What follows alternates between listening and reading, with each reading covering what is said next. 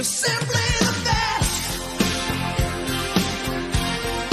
Better than all the rest. Better than anyone.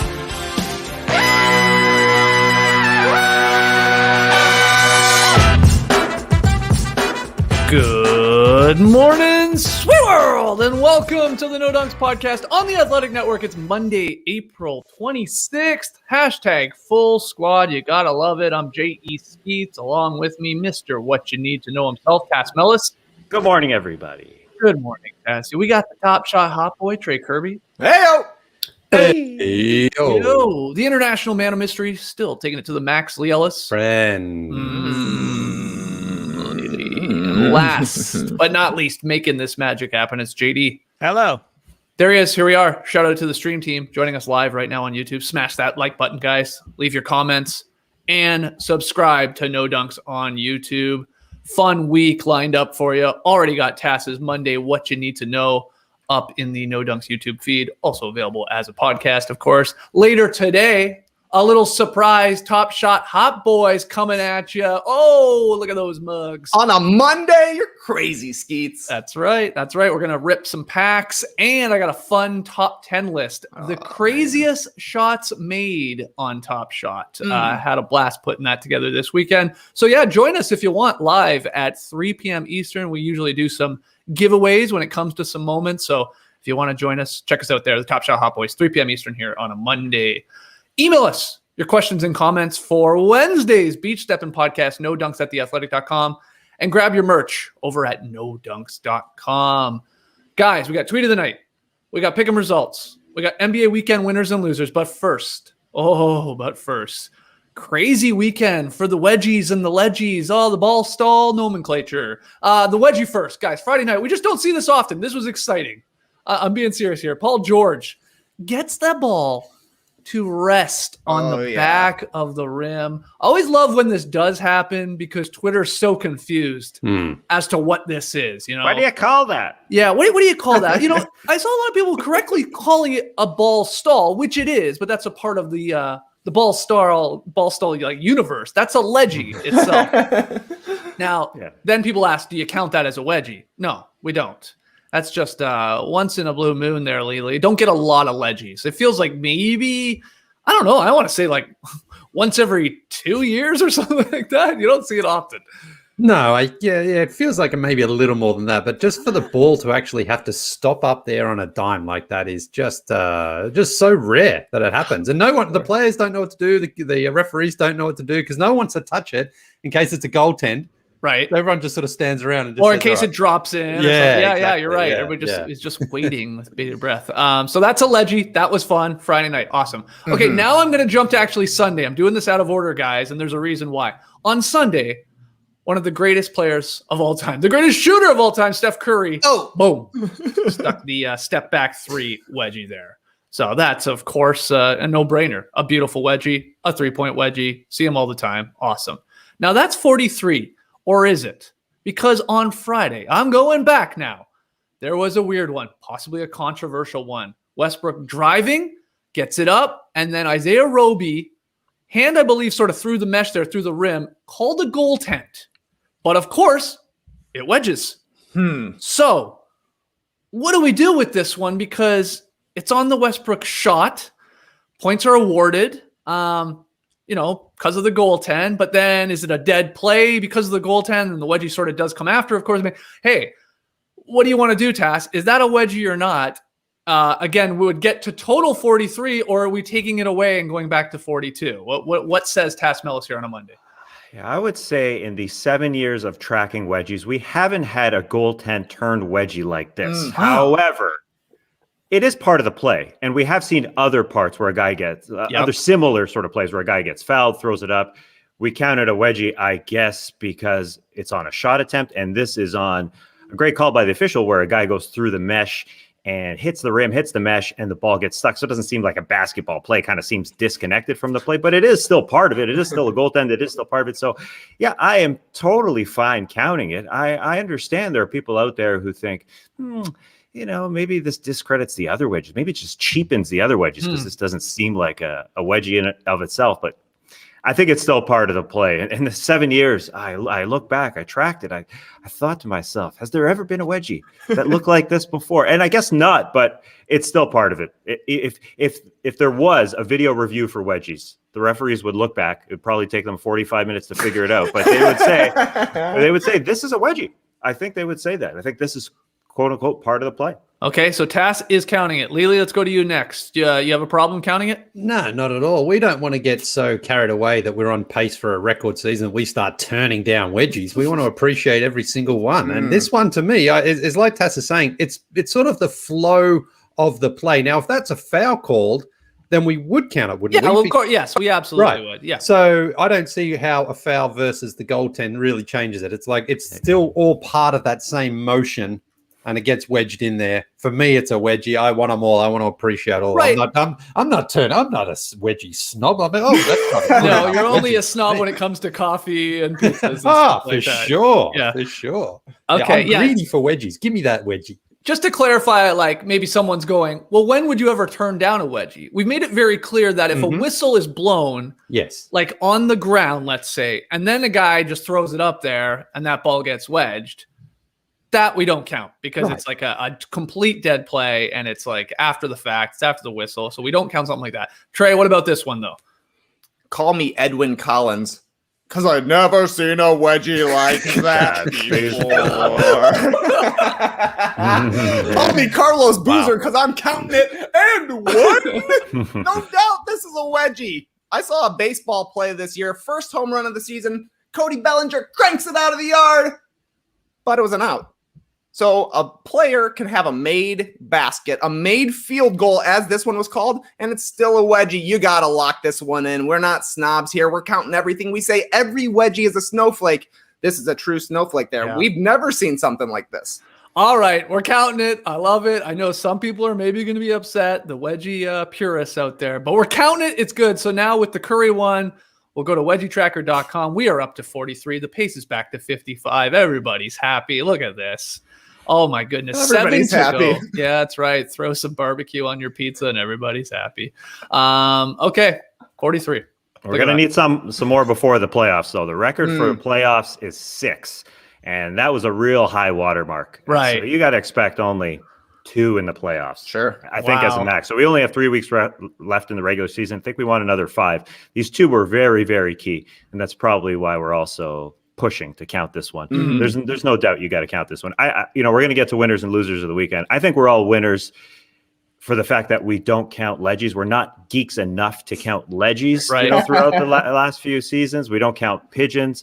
But yeah, ledgies, pigeons, and wedgies, all a blast. But we would reach 50 if we counted pigeons. Like if we really wanted to cheat. Come on. Yeah, that's super cheating. No. Okay, so we're at 43. We all agree. Fantastic. I'm with Tass. We need a couple more before the playoffs start. But we got 3 weeks of action still. So we should get a couple more, knock on wood. Let's get to weekend winners, though, and then we'll do the losers in a second. Lee, why don't you get us started? Who's your big NBA weekend winner? Kevin Durant had a pretty good Sunday. Came off the bench for the Nets, not until the second quarter, and then just strolled his way to 33 points, maybe the easiest 33 you'll ever see. He could have gotten 50 if he really wanted to, I think. It was just that easy for him. And for the Phoenix Suns, one of the better teams this season, it just made no difference who was guarding him. It was like Scalabrini taking on those high school kids, because Torrey Craig, a couple of times looking back at it, Torrey Craig was there, or Cam Johnson, and Durant just ignored them, basically. And they just kind of look around as if like, what can we possibly do? And they even tried Chris Paul on him, who obviously Chris Paul, gives up about a foot there, maybe even a little bit more to Kevin Durant. But, he's a veteran. He's a tough defender. He's got that body. And you'd think maybe Kevin Durant would show a little bit more respect to his old buddy there, Chris Paul, but he didn't. He just drove right past him again as if he wasn't there. Just an incredible performance for a guy who hasn't played in over a week because he picked up that thigh injury against the Miami Heat. So I think it was last Sunday. So it was about a week. And it was honestly like Kevin Durant was like, I'll play, but I'm going to win an Oscar this afternoon. So I've got other things to do today. I can't spend too much time at this basketball game. Now Brooklyn opened up a 1.5 lead over the weekend in the Eastern Conference because Philly and Milwaukee lost last night. Philly's lost 4 in a row. But more important than that, I think if you are Philadelphia or Milwaukee, as great as James Harden has been, as great as Kyrie Irving has been, with Kevin Durant on the court. I think there's an argument there if there's no Kevin Durant and only Harden and Kyrie Irving that maybe Philadelphia, maybe Milwaukee could beat them in a 7-game series. When Kevin Durant is on the court, there is no argument there. He is the Brooklyn Nets are winning the Eastern Conference, maybe even the championship if Kevin Durant stays healthy. But that's a big question because he has missed so much time this season. Can he basically stay on the court for the rest of this season? Because if he does, the Eastern Conference is a wrap. If he doesn't, then there's a chance there. But my God, this man, considering how much time he's missed in the last nearly 2 years now with the Achilles going back to the finals and then a lot of injuries and COVID this season, he just goes back out on the court as if it's like the easiest thing in the world to do for him.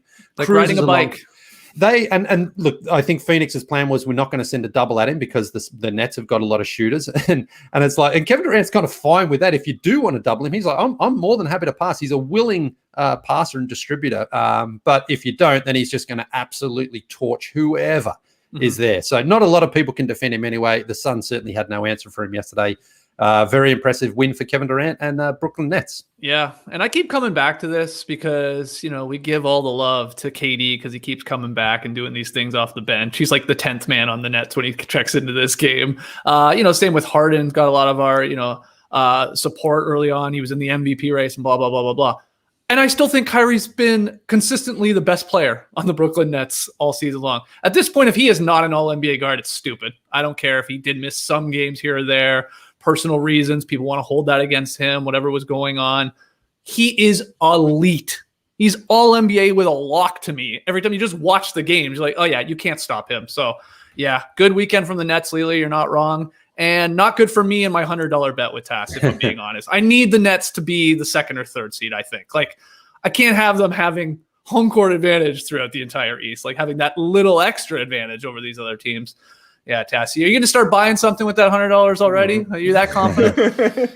I'm going to rent a karaoke room, and since it's COVID times, I'm just going to be there by myself. But whatever, it's worth the $100. It's probably pretty cheap right now. I can get like 10 hours for $100 right now. Probably. Yeah. Sing Edwin Collins songs over and over. I've never seen a karaoke room like this before. Can anyone It's name so empty. one other song by Edwin Collins, by the way? Not a chance. I didn't even know that was the name of the guy that sang Yeah, that that was a song. straight Google right there. Yeah. He's not an Ed Wood, he's an Ed Wynn. I'm like, Eric Collins sang that song? Cool. Hornets broadcaster? All right. So, yeah, no one's going to disagree with a pretty good weekend there from the Nets. I'll keep it moving here. My NBA weekend winner, go into the East 4-5 matchup because both of those teams right now, identical records in the Knicks and the Hawks. Good weekends, okay? The Knicks only played one game this weekend, but they got the W. They extended their win streak to 9 straight. The New York Knicks ended up sort of hammering the Raptors there on a Saturday matinee game. Julius Randle, no answer. The Raptors decided, it was great defenders like OG trying to play him one-on-one. Well, that wasn't working because he was hitting threes. They ran second bodies at him. It didn't matter. He was still hitting threes and just carving them up. He is unbelievable right now. Dan Devine had a great article on the Knicks. He's a Knicks fan over on The Ringer. A couple things jumped out to me. He pointed out Randall's having the best individual Knicks season since Carmelo Anthony's prime, and that is 100% true. And then the other part, which is wild, is like he's writing as a fan again, Dan. For most of the past 20 years, all the Knicks fans have wanted was a team that just plays hard, right? With like a definable defensive identity, he wrote, and just doesn't give up easy shit. And it turns out that Tibbs was the right guy to bring in here to get that out of these guys. They're a funny little squad, but Nerlens Noel was awesome in the Raptors game. Tass, I don't know if you were watching this one as a Raps fan, but just denying guys like at the rim left and right, especially in like clutch situations too. He blocked Van Vliet on a layup, and then like the next Raptors possession slid over and blocked Pascal Siakam there, and that sort of like spurred a big Knicks run. He's been awesome. And then my question for you guys, like I can't decide who's been more impressive for New York this season. Randall, he's on another level, but is it RJ Barrett or Derrick Rose? Because both of those guys, at different points in their career, Trey, have been phenomenal over this run. Derrick Rose just keeps coming in. He's like, guaranteed like 20 points, it feels like, and hit clutch shot after clutch shot at big times. And then RJ Barrett was like, he's looking like a future all-star and at least looks like an awesome second guy on this young Knicks team. Well, shout out to the Knicks fans who wanted a team that plays hard and plays defense and were upset when Tom Thibodeau was signed as coach. Shout out to those guys, and also shout out to everybody writing off RJ Barrett. The guy played one season and Knicks fans were ready to call it a thing. That's why his improvement this year is the big thing to me. Shooting 38% from three. He's already a solid driver, and that's going to open up being able to shoot from the perimeter just like Julius Randle is this season. Obviously, that was a point of emphasis for the Knicks over the summer or over the offseason last year, because Rose is doing what Rose has been doing since he came back into the league with Tom Thibodeau. You can put him on the court for 25 minutes a game. He's going to give you some buckets from the perimeter. But between Randall's improvements and Barrett's improvements, that's like the start of a nice looking nucleus there for the New York Knicks. Mike Vorkunov had some incredible stats in his write-up on this Knicks team over on The Athletic. Randall currently up to 24 a game, 10.5 rebounds, 6 assists. 4 players in NBA history have reached those thresholds over a season. Larry Bird when he won MVP. Wilt Chamberlain 2 times, both MVP seasons. Russell Westbrook, an MVP year. Oscar Robertson twice, both seasons, 3rd in MVP voting, slacking, I suppose. A couple more doing it this season. Nikola Jokic, he's going to win the MVP. Giannis Antetokounmpo, he's a 2-time MVP. Literally MVP numbers from Julius Randle, plus second All-Star numbers from RJ Barrett for a team that looked like they were going to be fighting to be in the play-in tournament coming into the season. If they like, that would have been a successful season, it felt like, for the Knicks.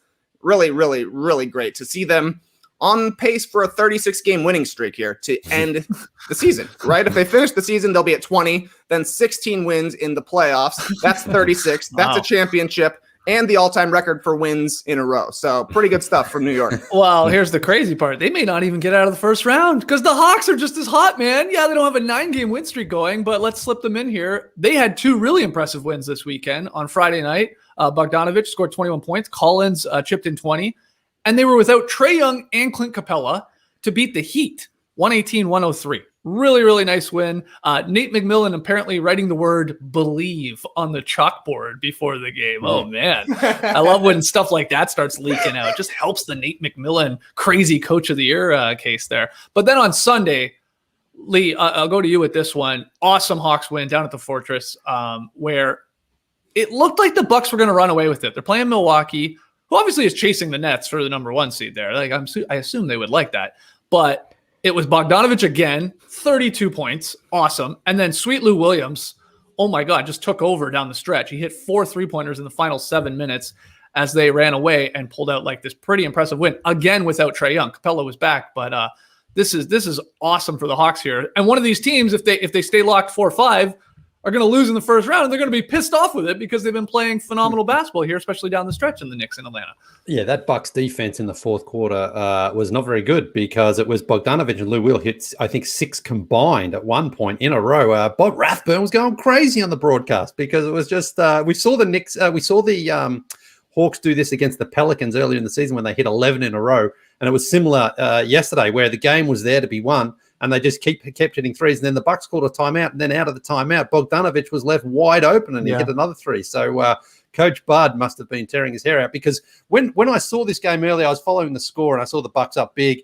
And I thought, okay, yeah, they're going to win this game comfortably. Then I saw the final score and I thought, I wonder if Giannis and maybe Middleton sat the second half. But they didn't. They played. They were trying to win this game. They got outplayed clearly by the Atlanta Hawks. So this was not like the Bucks just sort of decided, well, we don't need this game. They were trying to win, and they just played badly. And again, combined with the way that Brooklyn played this weekend and Philadelphia losing, the Bucks really could have made up some ground. And this one could be one of those ones that comes back to haunt them. This could be a game like this could swing home court advantage in that second round potentially against Philadelphia. So pretty bad loss there. But for the Hawks, you know, with Trae Young out, we thought Bogdanovic is going to have to step up, and he has done. He's been very, very good. And Lou Will giving them that extra pop off the bench offensively because he was kind of just a pickup for that Rondo deal.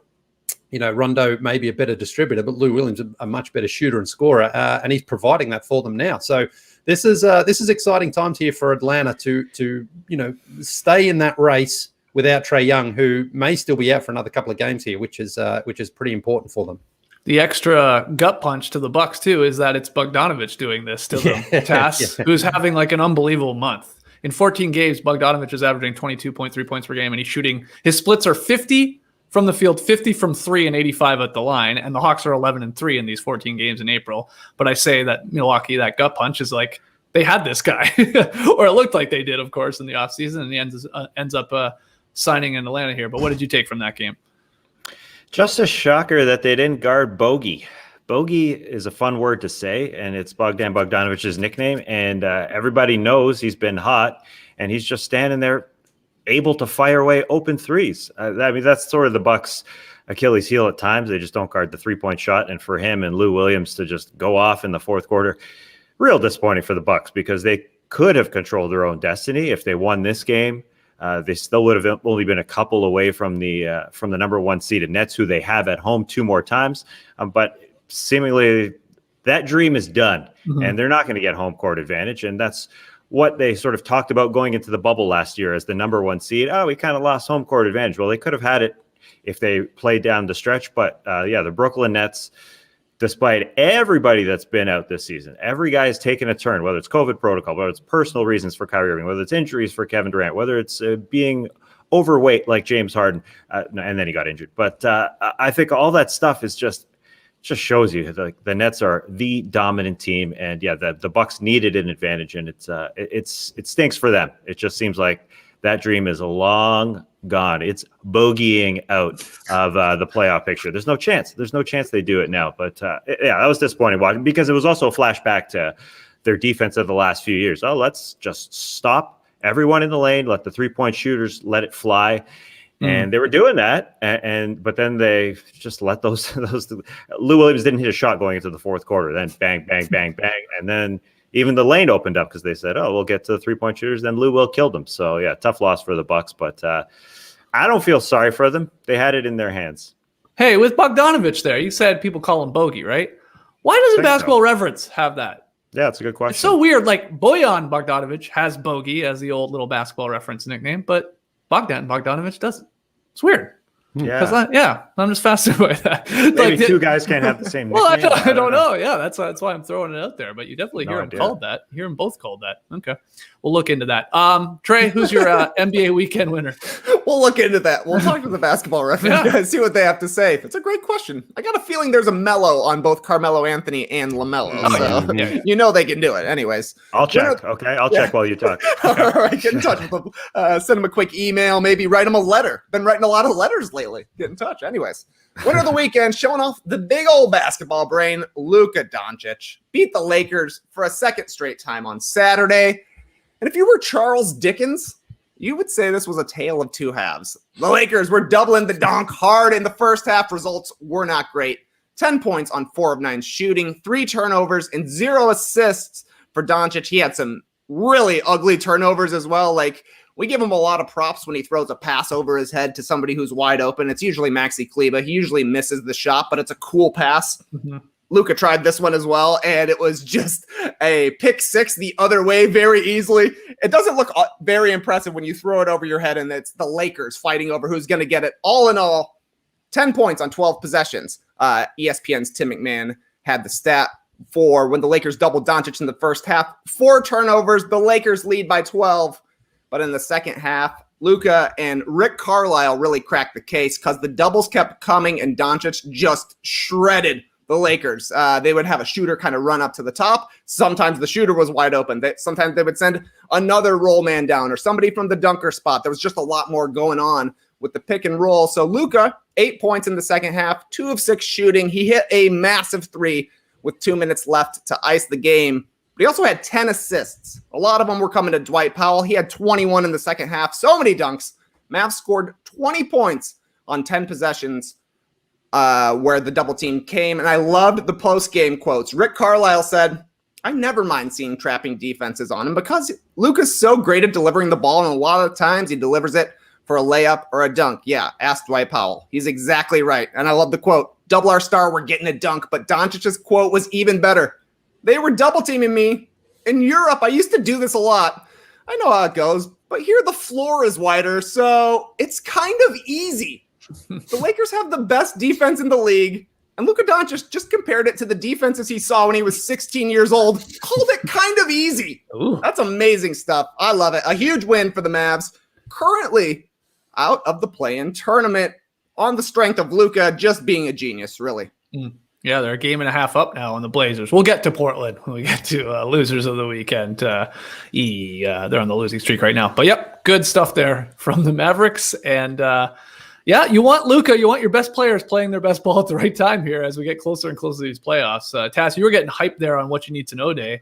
What you need to know this morning about the play and talent that we're going to have, like Curry and Lillard and, well, another guy, Westbrook. Let's get to your winner of the weekend because we're going to have some big names in these play-in games. Yeah, for sure. It seems like the Wizards are kicking out a couple of our teams from the Eastern Conference play-in tournament picture. See ya Bulls, see ya Raptors. It's ours because the 10th place Wizards have won 8 in a row. It's freaking nuts. If you go back to the beginning of the season when the Rockets traded Russell Westbrook for John Wall, we all thought, yeah, the Wizards won this trade. Westbrook's going to be good for a year at least with all that athleticism in that body. Just came off an all-star campaign. And just like last year, when he did make the All-Star team, he started off this year slowly, but then he picked it up just like this year. I mean, he has picked it up just a little bit later this year, but he has been balling. These 8 straight wins. If you look at his stats, you can even extend it a little bit further to 11 games, 21 points per game on 47% from the floor, a somewhat respectable 34% from 3 and 67% from the line. I know that's not respectable either, but they're jump ups from his overall percentages, and I think it's just him and the best players on the Wizards just playing good ball. Beal's at 30 points per game on ridiculous percentages. Davis Bertans is shooting 46 from 3 on 8.5 threes over that stretch, and they're stopping people. The Wizards are stopping people. It's unbelievable that over this few week stretch here, they've got the 5th best defense. This is the Wizards. We all laugh. Oh, they're the 29th best defense. I mean, that's kind of the number that you throw out there with the Wizards, but they have been playing well, and they did win that trade for John Wall when it didn't look that way at the beginning of the season. But 8 in a row, it's the first time they've done that in 20 years since Michael Jordan was playing for the Washington Wizards. And I went back and I looked at who Michael Jordan was playing with during that stretch with the Washington Wizards. Wow. Can you name the starting lineup? The other 4 guys playing with Michael Jordan. 2001 Wizards. Larry Hughes? No, Larry Hughes, I guess, was coming off the bench. I didn't even Rip Hamilton? Rip started, and then he went to the bench. He kind of shared a spot with another guy, but yeah, I'll include Rip Hamilton. There's 4 other guys. Chris Whitney? Chris Whitney, good job. Wow. Yeah, I remember him from fantasy. I had him on my fantasy team. Yeah, he was a young guard. He had promised that guy. But 3 more. Yeah, Jahidi White? Jahidi White. Yeah. What a call.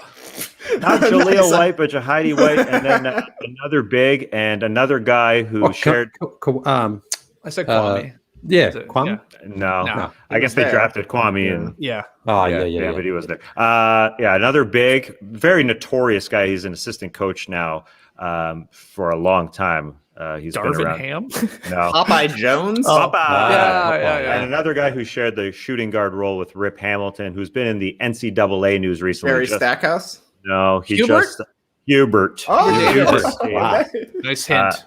Wow, what a team. Yeah, it is pretty well. But yeah, they're up to 8 in a row. They got the Spurs tonight, then they got the Lakers, and hopefully Bradley Beal will play. He went down at the end of this game. He thought that he injured his Achilles at first because he thought somebody kicked him in the leg, and it looked bad. It looked very bad, but they ruled that out post game, so he was walking around. So hopefully he'll be back soon. I don't know if it's for the Spurs game or for the Lakers game, but it sure seems like he'll be back. So yeah, we'll get some Russell Westbrook action in the play-in tournament. Sure feels like that's happening. Yeah, and if you're keeping an eye on the scoring race too, it's still super tight because Beal, of course, is putting up good numbers, but Curry's doing Curry things. Curry has it right now as of Monday morning here, 31.3 points per game. Bradley Beal at 31.1. So very, very close. Curry has scored more points total, having played, I think, a few more games, but it's tight there, Lee. Beal could still get it, your guy. That would mean a lot to you, I feel like. Well, considering where this season was going, it was like he was going to average 35 a game there for a long while, and on a team that didn't make the play-in tournament. But it's gonna be interesting because just the other day, David Robinson, it was the anniversary of the game where he had 71 on the last day of the season to steal the scoring title. So I wonder if can we get some shenanigans? You're saying? I love shenanigans. If that happens, if it comes down to the last game and say Beal needs 56 or something like that, do the Wizards just say, all right, go for it, man. Go and get it, He might. Why not? Why not? Well, they might even, like in both of their cases, they could actually need a game like that too, like a 50 or 60 plus, because the Warriors and the Wizards, like in the final game of the season, could be still playing their way into a play-in tournament. Yes. I know Wizards right now are are feeling pretty good with the Bulls and the Raptors losing. They're a couple of games up now, at least in the win column. 2 games Yeah, up, I think it on is. those two teams. And, the Warriors. I feel like they keep like flip flopping with the Spurs in terms of like who's going to be hosting that 9-10 game. But yeah, maybe we'll get some Robinson like numbers there. Can't wait to tell that final one. story to my kids 20 years from now. Man, you should have seen this duel between Steph Curry and Bradley Beal. Curry went for 69 on the last night to win the scoring title, and they made the play-in tournament. No. Oh my goodness, crazy. All right, let's get some more mini winners here. Tass, you got another one for us? Yeah, I'm just going to drop a quick one here. Jordan Clarkson of the Utah Jazz should be 6th man of the year this weekend. I was surprised to see that he missed multiple free throws in a game for the first time this season. Jordan Clarkson, I just thought, he scores a lot. He should get to the line a lot. He should probably miss a few free throws. So I looked at his free throw percentage. Shocked to see that he's shooting 92% on the season. That's incredible. Now, he doesn't get to the line a ton, and that's probably why he hasn't missed multiple free throws. He's hey, give me the freaking ball. I ain't going in that lane type of scorer, and he gets it done. But just the growth, shocked to see from where he was. He was a good free throw shooter, but to get to 92%, I guess he just found the mental game late in his 20s. I mean, this is year 7 for him. Good for him. I just want to throw out a nice little stat there. I just was shocked. Lee, that's pretty freaking impressive. Am I right? It is very impressive. In fact, I wonder if Kurt Goldsberry is going to do anything on it, because it feels like there's a lot of guys this season shooting 90 to 93%. I know Emmanuel Quickly, he had I think the highest percentage ever for a rookie for his first 100 free throws. I think he's dropped down to about 88% right now. But I know there were like 4 or 5 guys shooting like 93, 94% from the free throw line. So I wonder if that's no crowd there. I wonder if that we like that seems rare, right? Yeah. It Sounds like you're saying thunder sticks really work. Oh. or maybe because the games are coming Emmanuel quickly. Maybe you stay in a rhythm. You stay in a flow game to game. Well, here's another stat for you too. Another little mini winner. Steph Curry set an NBA record for threes in a calendar month. 85 he's at. The month's not over. It's like we got like 5 days left in April here, and I think the Warriors play like another 2 games at least. So, could he lead? I mean, it's Curry. He could get to 100 in a month, which would be pretty damn awesome. Yeah, he only needs 15, which sounds so stupid to say. I think he had 2 games. Yeah, but yeah, he's It would also usually be the NBA record, right? Why doesn't he just go for 15 in a game? Oh, yeah, sure. Wow. Oh, my God. You also slipped it in here, Lee. I think we just should make note of it and give love to the other guy, the other executive producer, Kevin Durant and Mike Conley. Yeah. Serving as executive producers for Two Distant Strangers, which won the Oscar for live action short film. So congrats to those guys. That's a winner of the weekend when you get the hardware like that, TK. That's impressive. Joining I guess Kobe now as NBA Oscar winners. We've got 3 of them. That'll be a fun trivia question 20 years from now. Can you name all the NBA players that have Oscars? That's good. That's actually good. A really, really good one. There'll be more coming, I'm sure, in the future too. Who's going to be the first to get one as an actor? That is the question. LeBron in Space Jam 2. Okay. You think he'll be the lead actor or a supporting actor to Bugs? Oh, we'll see. That's a good point. We'll have to watch the movie. That's true. Maybe a supporting role. And Trey, you got one more important winner of the weekend for us. Oh, hugely important. If we're talking stats, Skeets, there's nothing I'm tracking harder than rebounding. Did have a big beef over the weekend. JD, roll that beautiful beef footage.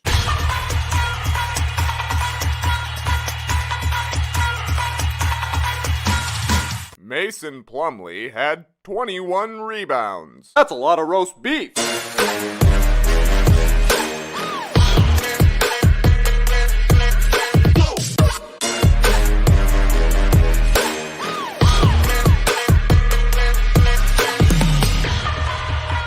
I can feel it down in my beef. Getting ready to take him to the farmer's market.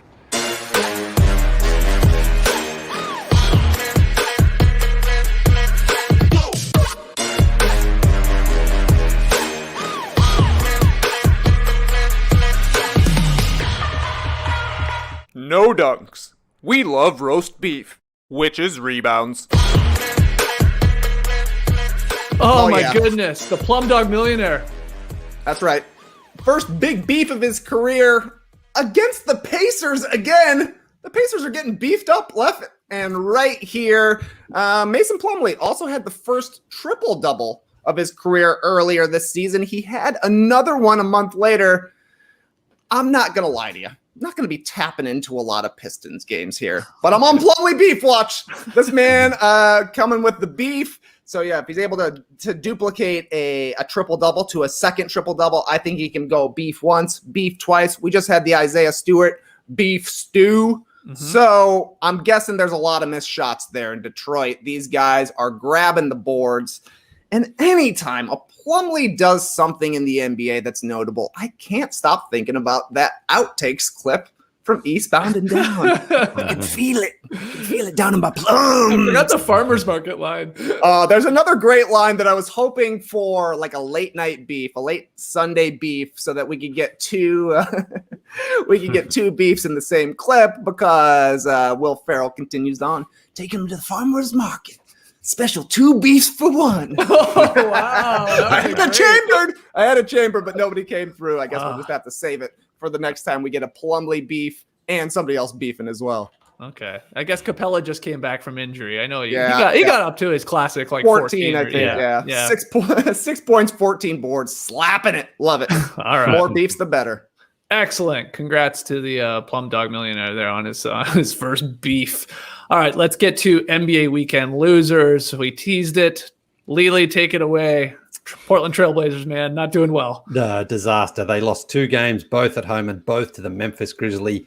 They've dropped 5 in a row and are just playing badly at the wrong time because there's no major injuries there. Lillard, McCollum, and Nurk are all playing. Now, Lillard, he clearly doesn't have his usual juice right now. I'm not going to make an excuse for him because he doesn't, but he missed a couple of games there with a hamstring. And in the last sort of 5 to 10 that he's played, he's really struggling to shoot the ball. So I wonder if that workload from earlier in the season when McCollum and Nurk were out, maybe catching up with him a little bit because he just doesn't seem to have that same, the same sort of stepping up to his game as we expect from him. And the shot not falling like that, that to me tells you that his legs aren't quite there. So they lose 2 in a row at home to Memphis, as I mentioned. Ja Morant was just highlight after highlight yet again. He's just I was going to say we could have made the Grizzlies a winner of the my weekend, but God. we flipped it here and went the Blazers. Yeah, he's just so incredibly fun to watch. But now for the Blazers, they head out on a 6-game road trip and they play Memphis again on Wednesday night. They also go to Brooklyn, Boston, and Atlanta. They are safe for the play-in tournament because they're 6 games up on the Pelicans, but home court advantage and potentially only having to play that one game. If I've got that right, you only can potentially play one game in that play-in tournament if you win it, if you're the 7th seed. That's right. Correct? That now looks a lot less likely because I think they're going to be more hovering around that second play-in game. So you think the Spurs or the Warriors end up jumping them here? It just, again, the way they're playing a road trip, I wonder if Lillard even plays in every game here right now. And, Memphis seem to be the opposite direction. The team they're really battling with for that play-in tournament position seems to be cruising along. So Valanciunas is back. He looked great again. Tough for the Blazers from here. But they'll get in. And as we saw last season, remember, they played that very first play-in tournament against the Grizzlies and they beat the Grizzlies. The Grizzlies had some injuries. But so we know Lillard can step up when it comes to sort of season on the line stuff. But he just needs to take a couple more games off to rest. Maybe. I don't know. But they keep losing. And this was a very costly weekend for them. Yeah, Taz, how concerned are you about the Blazers here and this slide? Yeah, it's a tough decision to make for the Blazers because Dame is not right. He doesn't look anything like he did the first 50 games of the season. He went out with a hamstring injury. He's off. But you also want to be playing well going into the final stretch. But I think the right thing would be to sit him because it doesn't seem like they can fall out of the playoff picture entirely. But it also doesn't seem like they're going to catch the 6th seed. So it might just be best to sit him. Either way, they're going to be in the play-in tournament now. They need a couple teams to jump them for the 7th seed for them to have to play in that 9-10 game, which makes them have to win 2 games to get in. But you're not going to win any games if Dame's playing like this. So, I think the workload has caught up to him. He got injured, and he's not right. And maybe it's just a better tack to just let these other guys go for these last dozen games when they have a tough schedule and try and pick up their game and start to play a little bit of defense because we make fun of the Wizards and how deep they are in the defensive rankings. Well, the Blazers are the 2nd worst team to the Sacramento Kings defensively when they tried to solve that this year. So I think it would probably be best for them to try and figure it out aside from Dame this last dozen games or so. Yeah, it hasn't helped, not yesterday's game. I think the Grizzlies sort of like manhandled them, but the first game between the two teams and then a bunch of those games before, the Blazers just keep losing in brutal fashion, Trey. And we talked about it last week, shots from Norman Powell, he gets a floater to drop, maybe they win. If he hits a three in the game previously, maybe they win. And then on that, I guess it was the Friday night game that played the first one here over the weekend. I mean, Nurk had like a layup, like under the rim and like just botched it. And, Grizzlies pulled it out. These are just brutal losses. Like, even if they had won half of these close games, then maybe we're not freaking out here, but they just keep racking up the losses. And as Lee pointed out, they got this huge road trip. Are you concerned? Yeah, I'm definitely concerned because of that 29th ranked defense. And you're saying it feels like if the Blazers would have won half these games, we'd be doing all right.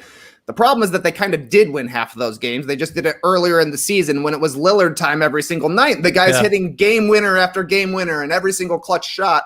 That just isn't going to continue for the entirety of the season. And as we're seeing with the Blazers, at this point, it's like they've got to play close. They've got to keep it as close as they possibly can. And then you got to hope Lillard is pulling some magic out of his pocket, which he's certainly able to do. And part of the reason why they're a scary team to face in a playoff series, because Lillard can go for 50 and hit the game winner when he needs to. But when you're losing these games and a 2-point loss looks good because it's not a 1-point loss, it's tough. You're relying on one guy basically to make it happen. Sure, Nurkic had a chance, but you still know that Lillard is going to be the guy. That's a lot of pressure on his shoulders. He's obviously good enough to do it, but there's no way that over the course of a season you make every single clutch shot, even though sometimes it feels like he's gonna. So yeah, I mean, the Blazers, I'm seeing in the stream team, it's trade CJ McCollum, fire Terry Stotts, trade Nurkic. Dame needs to leave Portland. Clearly something is not perfect for the Blazers right now. It ain't going to be Lillard leaving Portland, but there are going to be some changes in the offseason. Yeah, I saw Ghostface Ziller right today. It feels like this iteration of the Blazers has been hanging on by a thread, and the thread is beginning to fray.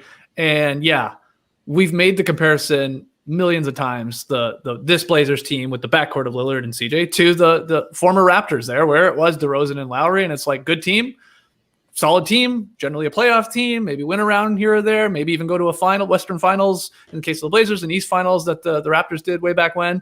But is it ever enough? And do you move one of them? In this case, it would be McCollum, like the Raptors moved DeRozan. It's just like, sure, but I don't know. Masai Ujiri and the Raps struck gold finding Kawhi Leonard, right? With what was going on in San Antonio to make that move happen. And I'm not sure that's there's a similar sort of vibe there in moving CJ McCollum in practice. Yeah, maybe.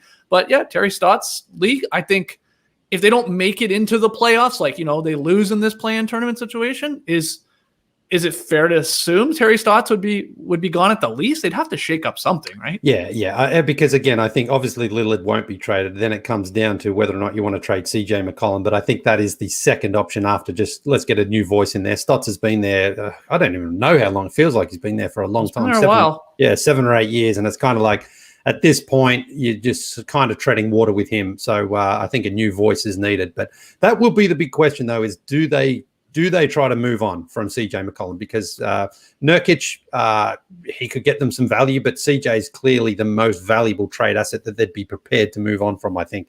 So that's going to be the big question for them going forward. They've made some moves on the periphery. Getting Robert Covington, I think, was a good signing for them, but just doesn't quite move the needle enough, particularly in that Western Conference for them.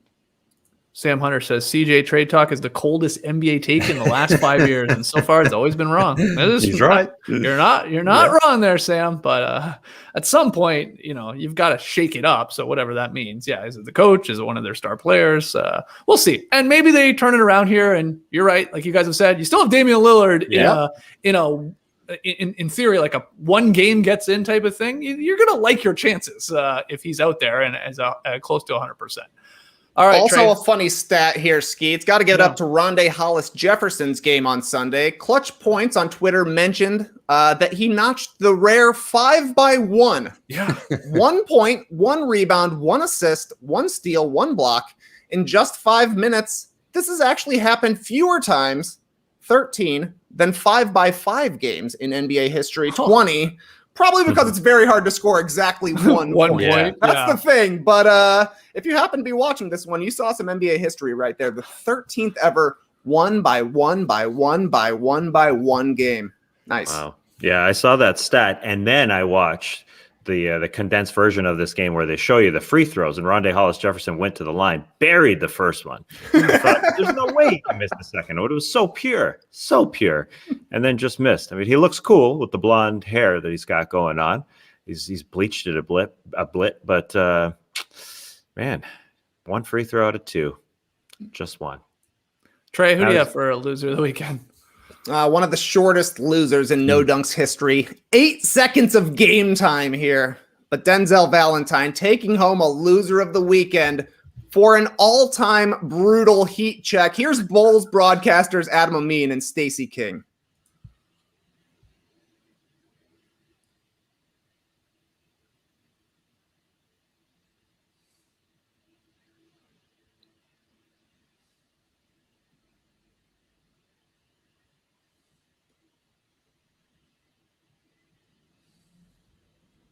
Yeah. No. That's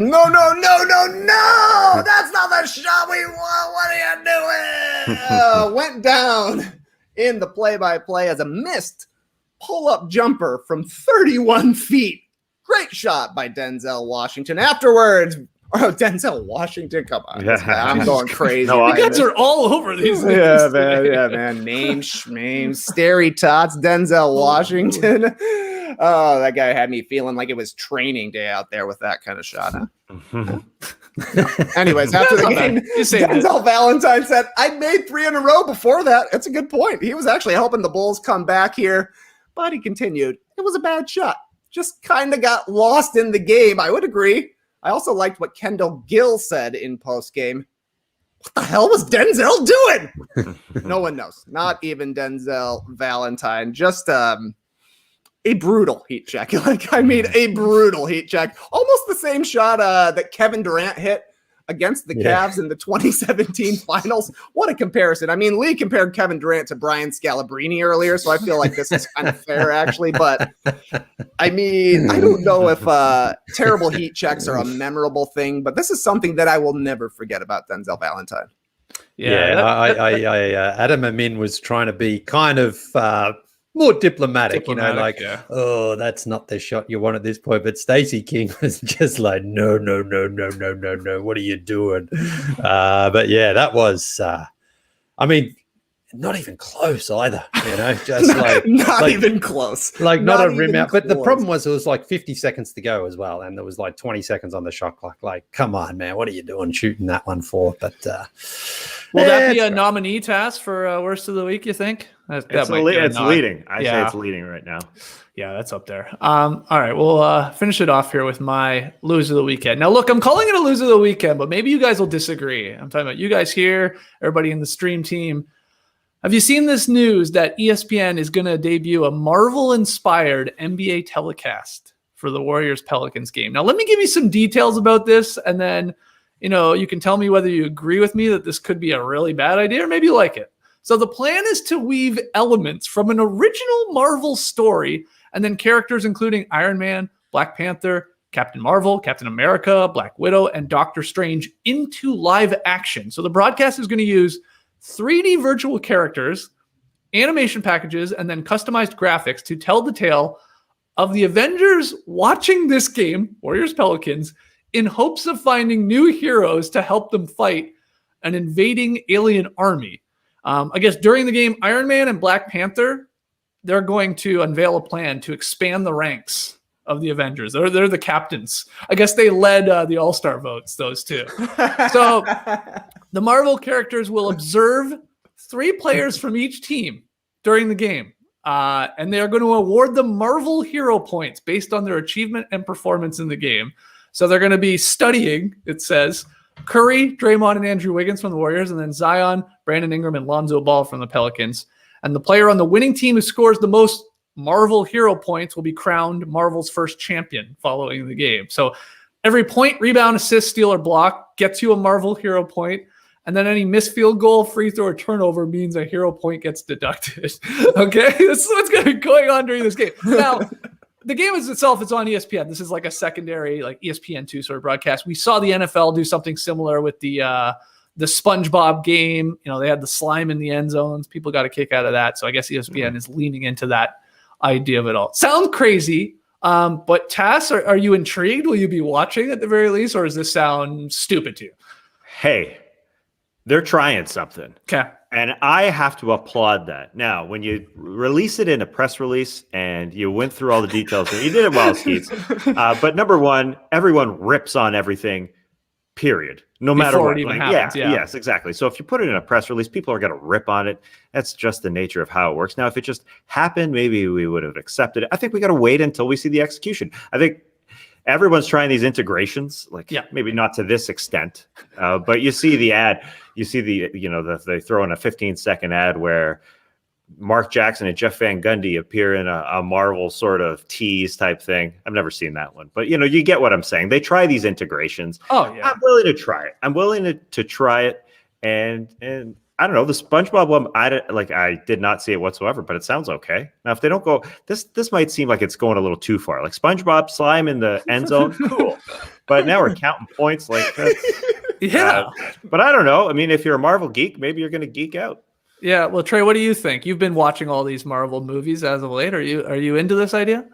I'm not against this idea. The fantasy aspect of it is very weird to me. Like, what if Wiggins goes out there and has a dominant game, has the best game of his career, and suddenly this guy ends up as Stephen Strange? I don't know how that's exactly going to work. He's the Marvel champion. Yeah, he's the Marvel champion. Sure, whatever that is. I also don't love that they are basically using the plot from the first Space Jam for this. Right? Aliens are coming here. We need to recruit some additional heroes to help knock off the aliens. But I also don't mind it. I watched a little of the Nickelodeon game. It was cool when the slime went off in the end zone. That was really cool. It was cool when they kicked a ball into SpongeBob's face behind the field goal post. I like that as well. But ultimately, if it makes more kids want to watch the NBA, I think that's awesome. Okay. Lee, weigh in on this. What do you think? I'm probably not the target audience No, for something like this. But try it. Sure, why not? Why not? See how it goes. Because it's right. If it does get kids to at least take more of an interest in the game and the league, then it's a win. And that's maybe the way to do This it. isn't for kids. This is for JD. That's it. They're doing this for JD. Yeah, well, okay, yeah. Kids. JD, do you want to chime in on this idea? What do you think? You're exactly right. This is for me, and it's total cringe to me. I don't even the Nickelodeon. Does Nickelodeon still do slime? Is that a thing that Nickelodeon does in 2021? No, clue. I don't think so. I haven't watched it ever in my life. For sure. Slime. Yeah, like a Kids' Choice Award or something like that. It's an honor to be slimed. I guess. But I think it's more for adults who go, oh, yeah, I remember slime. You know what I mean? Kids don't watch Nickelodeon or any of the other kids channels. You know what I mean? Like my kids watch Netflix and YouTube and stuff like that. Like, okay. So, I mean, the Winter Soldier is like there's swearing and there's all this stuff in it. It's not for kids. So when you were describing the storyline and all that, I was just, there's no way they're going to pull this off without me wanting to rip my hair out, So, okay. So, but you're going to tune in to see what it's all about, right? I guess we almost need to give that to you as homework. I think Okay. should have to report back on the Warriors-Pelicans. Right. When is it again?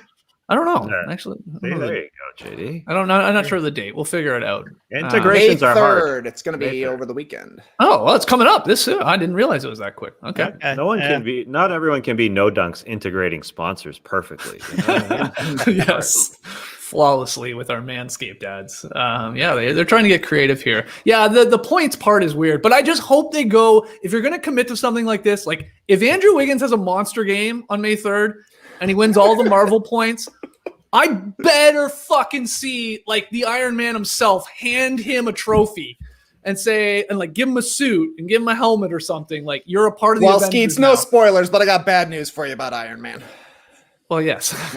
Well, also I have a question, no spoilers, but which Captain America are we getting here? I got a lot of questions. So, but yeah, they better like really not even give him a trophy, but I need Cassidy Hubbarth or somebody asking Andrew Wiggins after the game, like, what do you bring to the Avengers? Right. Like, yeah. we better go that far with it at the very least. but I'll be watching anyway. And then we're going to talk about it on the, I guess that'll be a Monday show, right? Where we'd be, Yeah, it'll be Is either a superhero just winner run or through a the loser. background of That's JD's right. screen. Yeah. Oh, yeah. Okay. Yeah, you're trying The to Captain sell our house Quicksilver back over there? here. I think that was probably our realtor calling. Oh, okay. So Well, let's hear from everybody in the stream team. Are you excited about this or not? I The will say, Marvel whichever game. team ends up getting Doctor Strange on their team, they're never going to lose. Yeah, Because if they're down at the end of regulation, endless looped time. Run it back. That's the most desirable character. It's a good point. That's a great point. I didn't think We about shall that. Yeah. Okay. Let's get to tweet of the night. Tweet of the night. Wow. Twitter. All right, tweet of the night. Very simple, guys. From at Baran Mitin. Says, smile. You are on the evening news in the Netherlands. Wow. Letting us know that no dunks, yes, in the Netherlands, right there as part of that Apple keynote last week, which we talked about. I think we also had his tweet of the night, but cool. Yeah, nice zoom, nice enhance there. There we are with the Athletic, with the football show.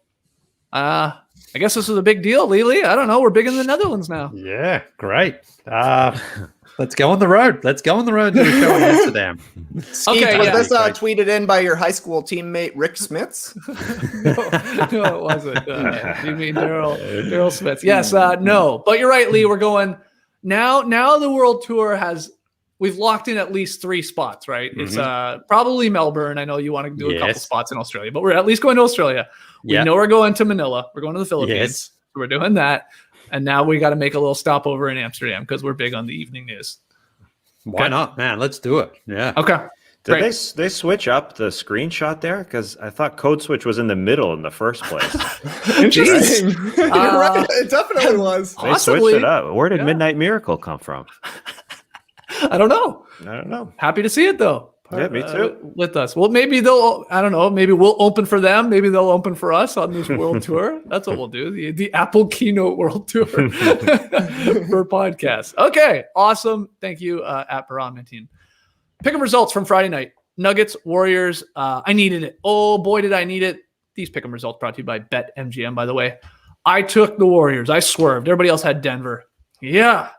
Warriors coming through for me. I'm still alive. Running out of time in the month of April, but got it done there. Curry helped me out. So I'm 6-11. Still brutal record.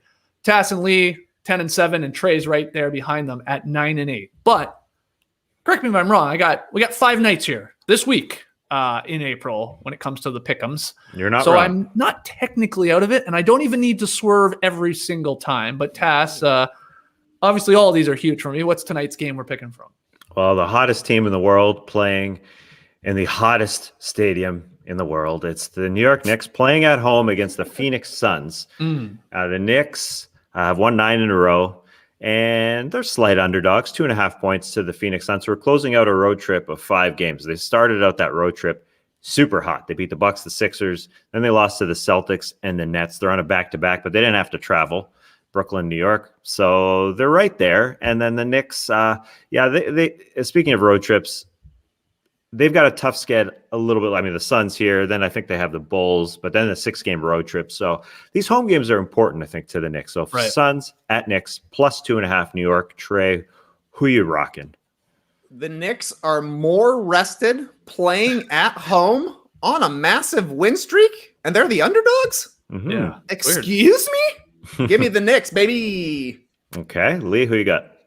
Yeah, it's the Knicks feel due for a loss, but the Suns on that back-to-back. I just wonder if maybe even Chris Paul sits out tonight. Maybe he will, maybe he won't. I don't know. But I like the Knicks by at least minus 2 points. They can lose this game and still win the cover. So I'll take the Knicks. Okay, I'll go so you can make your decision there, Skeets.